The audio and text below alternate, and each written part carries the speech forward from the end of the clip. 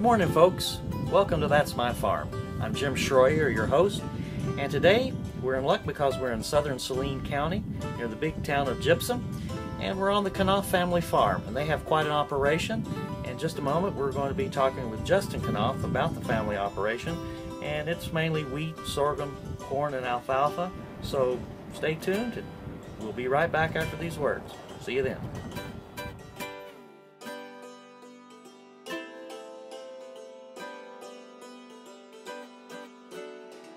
Closed captioning brought to you by Kansas Soybean Commission.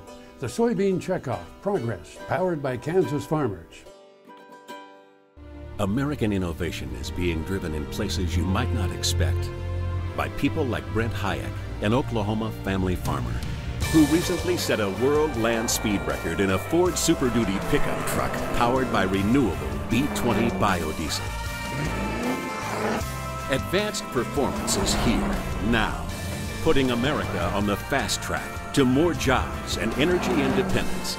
Biodiesel, America's advanced biofuel. The Kansas Wheat Innovation Center in Manhattan is rediscovering ways to get improved varieties and new genetics in the hands of farmers faster. Grower-led and checkoff-funded research initiatives are bringing about positive change. This grassroots leadership provides a strong voice in Topeka and Washington, D.C. Now is the time to partner with Kansas Wheat in moving wheat forward. Kansas Wheat Commission and Kansas Association of Wheat Growers.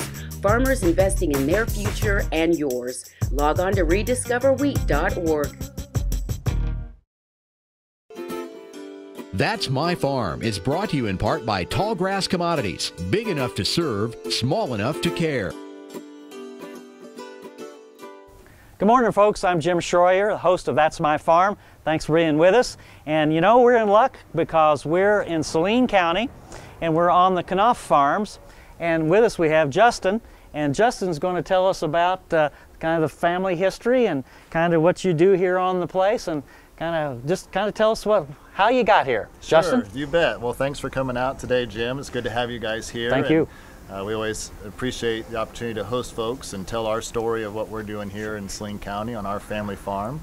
I farm here with my dad and brother. We run a cropping operation. We don't have any livestock. We focus on the crop aspect of things. I studied agronomy. There you go. There you go. Very proud of that. And actually made it through somehow without a single animal science class. So to all the animal scientists out there, I apologize for that. But we're going to focus on crops on this video. Okay, good deal. Anyway, I farm here with my dad and brother. We farm in a dryland no-till environment.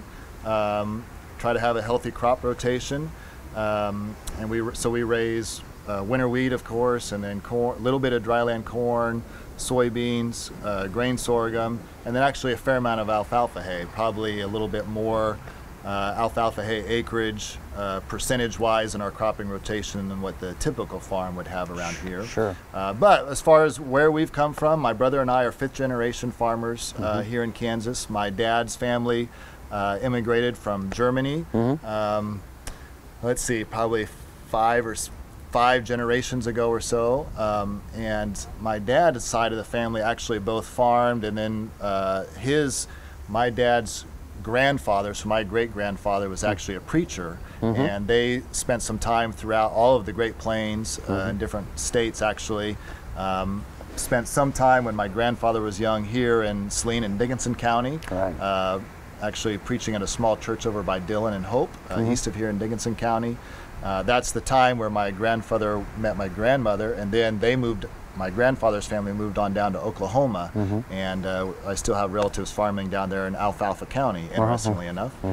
My mom's side of the family immigrated from Sweden, and of course ended up, I'm sure you can guess, down by the Assyrian Lindesberg area where they settled. So actually there's a quarter of ground there that my brother and I are farming. We're the fifth generation on that particular parcel of land where they had homesteaded at from Sweden. Okay. Well, good deal. We're gonna have to take a break here for a second. So Justin, don't go away, and you folks at home, we'll be right back. So you don't go away either.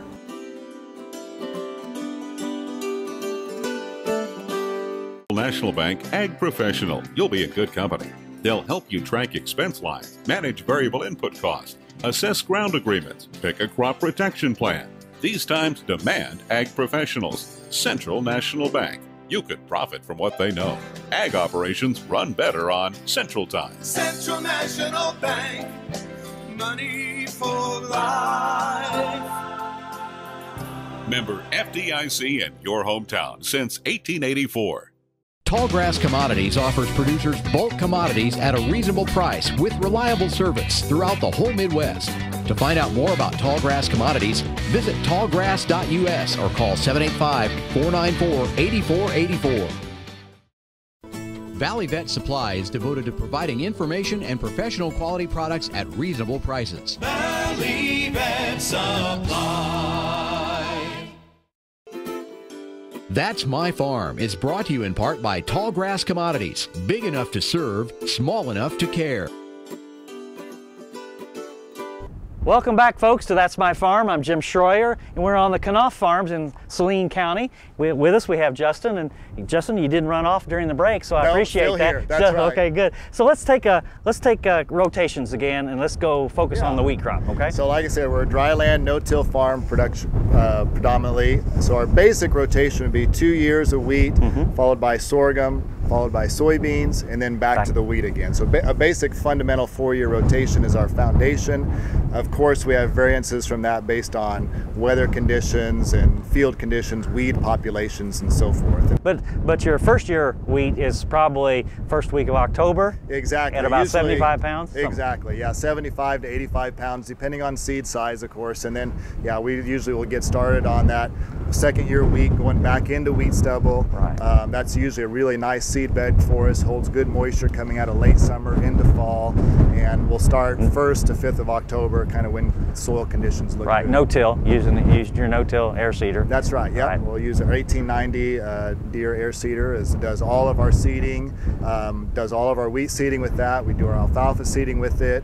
All of our soybean we put in 15-inch rows. It's a 7.5-inch seeder. Right. Soybeans will go in 15-inch rows. And sometimes we'll do our sorghum with the air seeder on 15-inch rows. Right. Sometimes we'll use our planter on 30-inch rows. This is our depth gauge wheel, of course. We're determining our depth right here, right where the seed is coming out, with the seed boot. And I like the fact that we're determining our depth right where the seed is being placed at instead of behind it or somewhere else.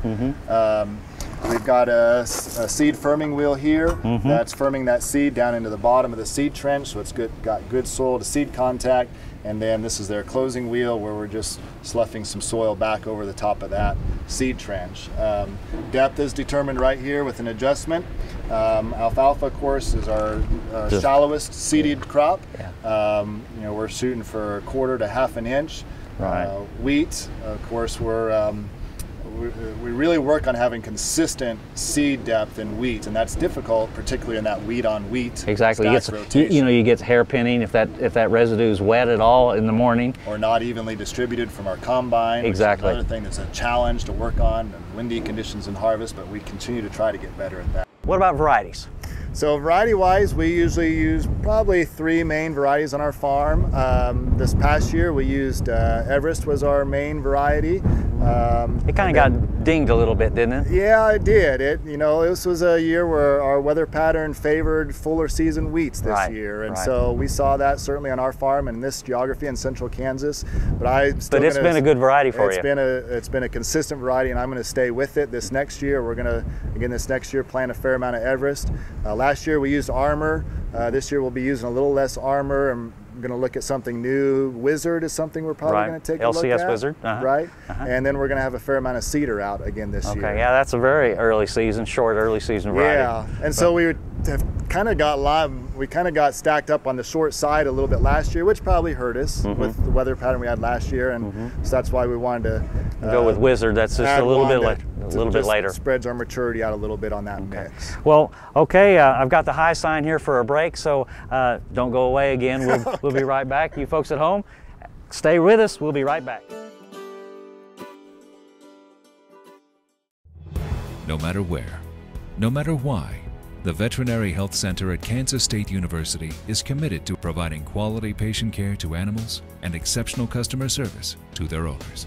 From routine checkups to emergency and specialty care, our world-renowned specialists and experienced professionals are here to discover, to teach, and to heal. Let us know. How can I help? How can we help? This hog is head over hoof for meal made from U.S. soybeans. Now, one hog isn't that impressive, but suppose we add another, and another, and another.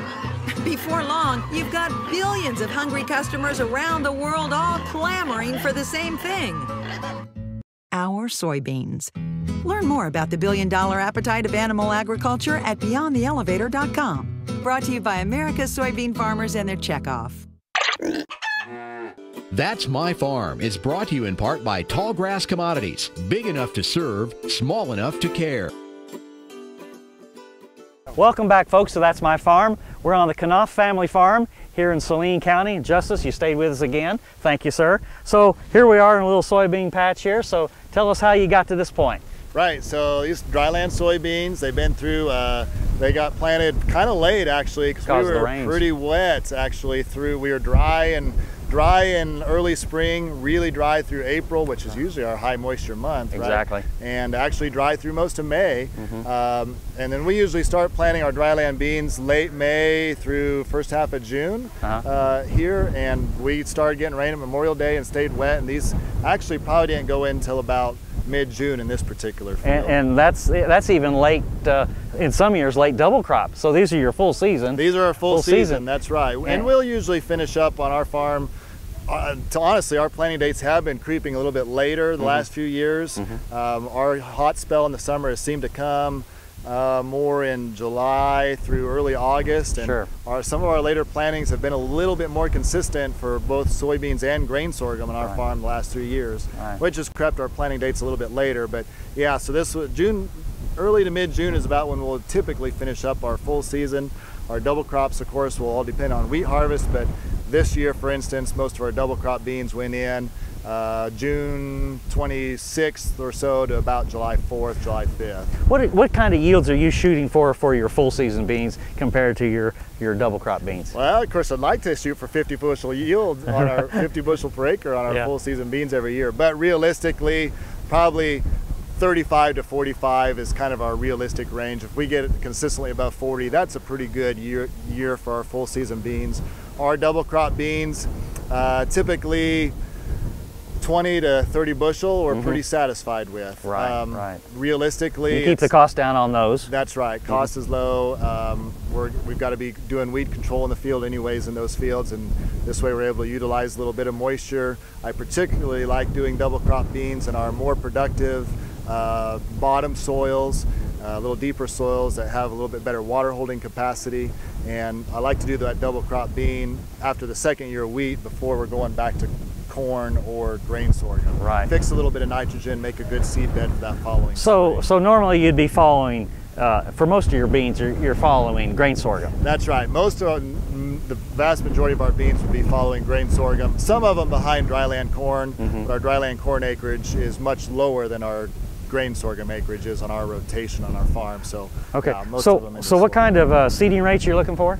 Usually about 120 to 140,000 will be our range, depending on the farm. So on average, probably 130,000 seeds per acre. Okay, good deal. And well, I'm getting the high sign here, so I think we better take a break here. So folks, stay with us. We'll be right back after the words from our sponsors.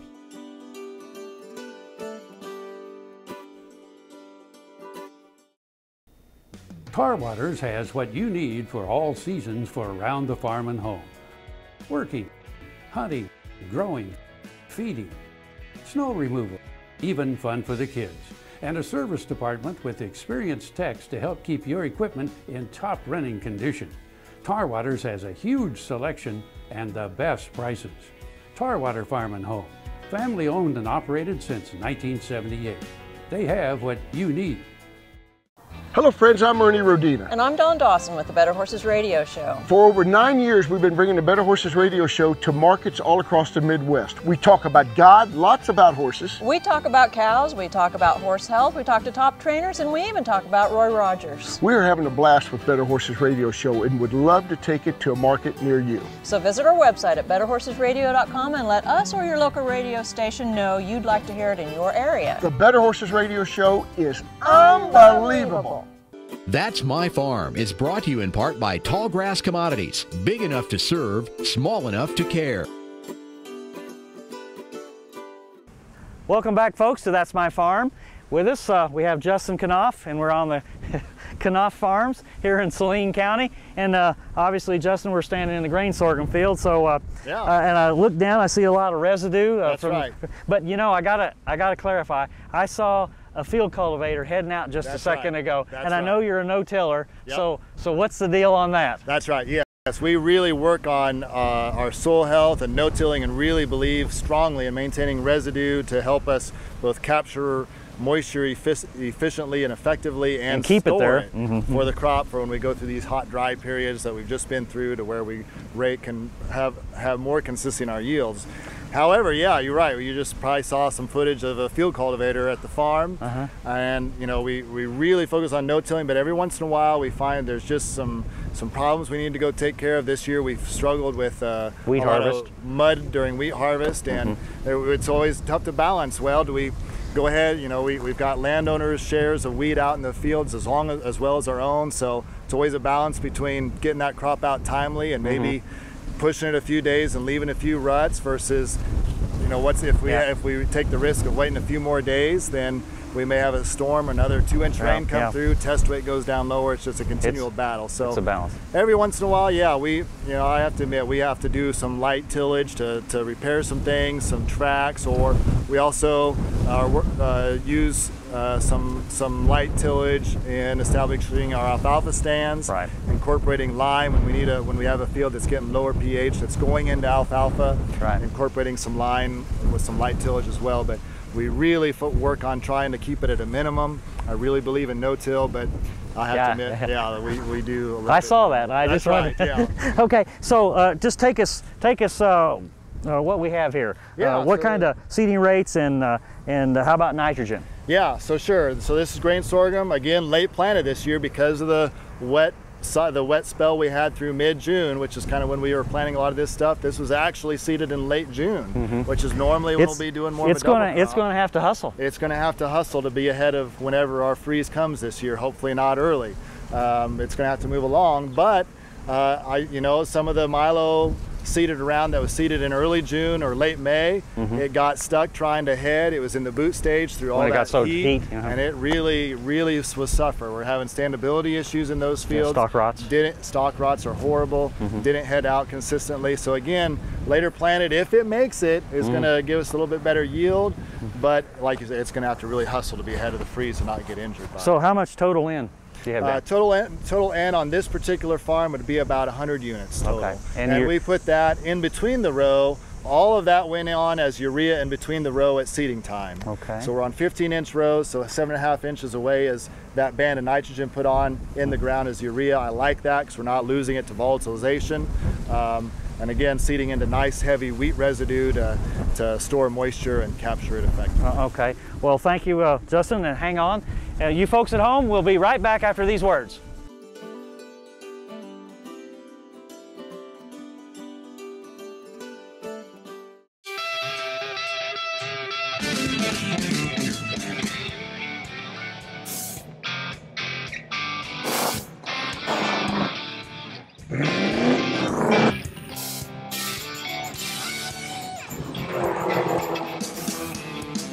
This is the fast track to more jobs and America's energy independence. Advanced performance is here, now. Biodiesel, America's advanced biofuel. Buying a car shouldn't be this hard. And at Brown Chevrolet Buick in Wamego, it isn't. It's actually awesome. Whether you want a new or used car or truck, Toby's team can make the deal. Even if you want to custom order a new car or truck, Toby's team can make the deal. See Toby's team at Brown Chevrolet Buick in Wamego. We're awesome. Valley Vet Supply is devoted to providing information and professional quality products at reasonable prices. Valley Vet Supply. Soil is the life of a farm, and for 25 years, SureCrop Liquid Crop Nutrition has helped growers produce abundant quality crops while preserving and improving the soils they steward. SureCrop offers complete soil and plant analysis with cropping recommendations, delivery direct to your on-farm storage, and quality crop nutrition custom blended for your field. Choose SureCrop for the assurance of excellence for your soil. Call today or visit their website for more information. That's My Farm is brought to you in part by Tallgrass Commodities, big enough to serve, small enough to care. Welcome back, folks, to That's My Farm. I'm Jim Shroyer. I have Justin Knopf with us from southern Saline County. And Justin, obviously we're in an alfalfa field right now, and I know that's a big component of the family operation. So tell us a little bit about your alfalfa. Yeah, we really like having alfalfa. Has always been a significant part of our rotation. It's been a crop that's done well for us consistently across years. We like that it's a perennial. Has a few less input costs from variable expenses as far as that goes. The initial cost can be a little pricey. Seeding year is pretty pricey, particularly with the price of alfalfa seed today. The seeding year, you can get up to $100-some an acre in the seeding year, but hopefully then that stand will last you 7-8 years. We always have a dry spell, dry hot period in our summer here, and alfalfa typically will go dormant for a little bit, but what's nice is we still have another chance for another crop after it does cool off. Kind of this time of year, early September, we're able to take a final cutting after we do get some rain and some cooler temperatures. So you just want enough growth. You want enough growth after that last cutting to put nutrients back down into the crown. That's right. We try to take care of our crowns where we have good carbohydrates stored in that crown tissue going into winter time, so we have good spring green up. That's a little tricky, you know. We have enough acres where it's tricky to time that all perfectly going into fall, but we do the best we can. But yeah, we really like, particularly in our no-till farming operation, having a perennial in our cropping sequence. We like the Dad's always raised alfalfa. We grew up putting up hay, alfalfa hay, and he always saw the benefits to the soil and the subsequent crops after he had a field in alfalfa. And Jeff and I have just certainly carried on that tradition, and it's incorporated very well into our no-till farming practices and putting a lot of nitrogen in the soil. We'll usually have a field in alfalfa for 5 to 7 years. Sure. We like the deep tap root, see a lot of earthworm activity after a field's been in alfalfa. Right. So how many cuttings do you usually try to go for? We'll usually hit 4 cuttings per year, unless we have some really crazy weather event. We'll usually consistently hit 4. Sometimes on a few of the fields that we cut earlier in the spring, our first cut fields in the spring, we'll be able to stretch a small 5th cutting out of those. Some years. Right. This year it's going to be. So what's your main market for your alfalfa? Yeah, so we try to market most of it is that we get put up correctly, right? Has good nutrition, not rained on before it's baled. Now that's a trick. Now I want to know how you do that every year. That's right. Put up hay without rain. That's pretty hard, especially that first 2 cuttings. The neighbors always watch when we put down this one particular field. They know they can count on the rain. Yeah, so they exactly. Always watch. But yeah, we try to market as much as we can to direct to dairy farms that need good quality alfalfa hay with high protein, high feed value. Relative feed value. Now, do you test it? Every field, every cutting is tested separately, stored separately, inventoried separately, and marketed separately. That's a good deal. I know you just a second ago you were talking about dry spells, and we've got obviously some seed pods here, so it's been a while since this area has been cut because of the dryness that drought you had here earlier. And then you also got new growth here that just has come up here in the last couple 3 weeks. About a week or 10 days ago, we had a really nice rain here and brought on this new growth, which will bring us a nice final cutting for this field. We decide, well, instead of trying to cut this stuff that's more mature, it'll be a really light tonnage. Let's go ahead and let this new growth come on in and fill in, get some more tonnage, and have a nice final cutting that's timed right going into fall for the crop. Now, but this probably won't go to dairy. This last cutting. We'll have to see. You know, it may be leafy enough, and I would suspect there's enough new growth. If we get it put up right, have good conditions for drying, I think it probably will make dairy hay. Justin, I really appreciate you taking time to talk with us here. And folks, thank you for being with us here in Saline County. And don't forget, next Friday, be with us early in the morning. Thank you on That's My Farm.